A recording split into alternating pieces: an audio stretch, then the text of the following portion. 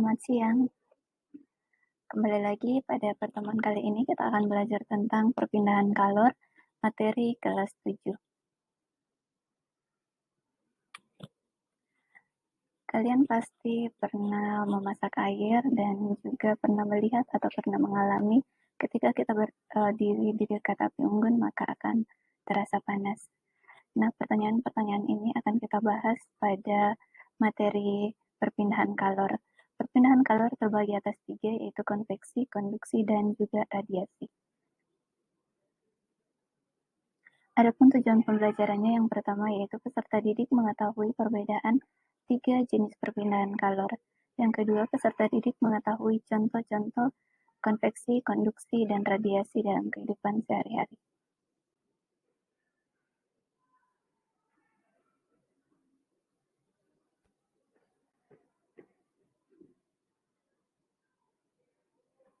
Yang pertama yaitu konduksi.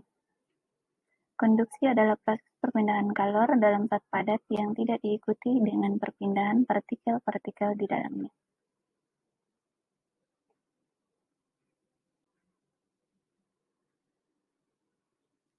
Contoh dari perpindahan konduksi atau peristiwa konduksi dalam kehidupan sehari-hari, yang pertama yaitu pada setrikaan.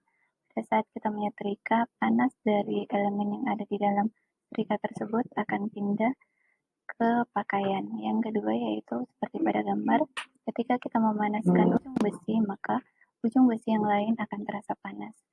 Hal itu juga bisa kita rasakan pada saat kita memegang mangkok bakso, maka kuah yang ada di dalam bakso tersebut akan pindah ke mangkok sehingga mangkok juga akan terasa panas. Hal ini menunjukkan bahwa kalor berpindah dari bagian yang memiliki suhu yang tinggi ke bagian yang memiliki suhu yang rendah. Selanjutnya yaitu perpindahan kalor secara konveksi.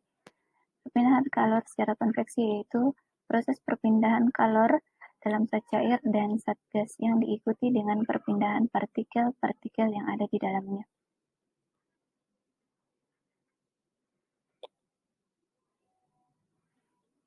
Contoh dari peristiwa konveksi yang pertama yaitu pada saat kita memasak air. Pada saat kita memasak air, maka bagian yang terkena oleh panas pertama kali adalah bagian bawah. Bagian bawah itu ketika dipanaskan maka dia akan naik, sehingga bagian air yang berada di bagian atas memiliki tekanan yang lebih besar sehingga dia akan turun, dan hal itu akan selalu terjadi sehingga panas yang ada di atas akan turun ke bawah dan sebaliknya sampai air itu mendidih. Peristiwa yang kedua yaitu pada terjadinya angin darat dan angin laut yang akan dimanfaatkan oleh nelayan untuk mencari ikan. Berikutnya yaitu yang terakhir, perpindahan kalor melalui radiasi.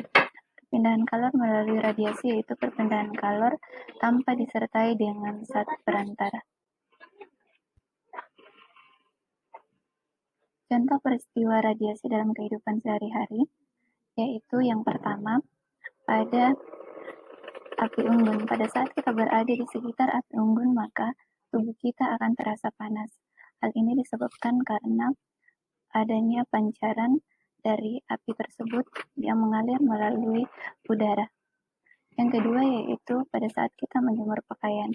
Pada saat kita menjemur pakaian yang berwarna hitam akan lebih dahulu panas dibanding dengan yang berwarna putih, karena yang berwarna hitam akan menyerap kalor, sedangkan yang berwarna putih hanya akan memantulkan kalor atau panas. Sekian materi kita pada pertemuan kali ini, yaitu mengenai perpindahan kalor, yaitu perpindahan konveksi, konduksi, dan radiasi. Semoga bisa dipahami dengan baik. Terima kasih.